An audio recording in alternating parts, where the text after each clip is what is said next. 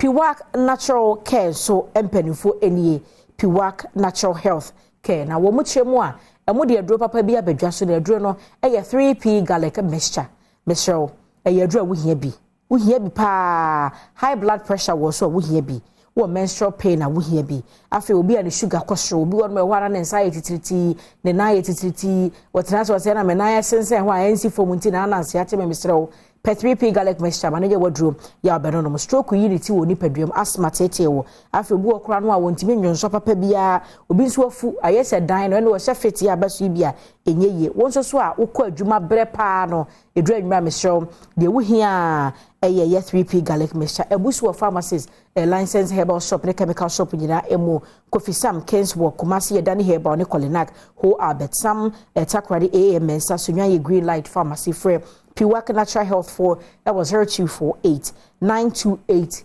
824 and 0201 000 021. Mr. Faka wadada setena home.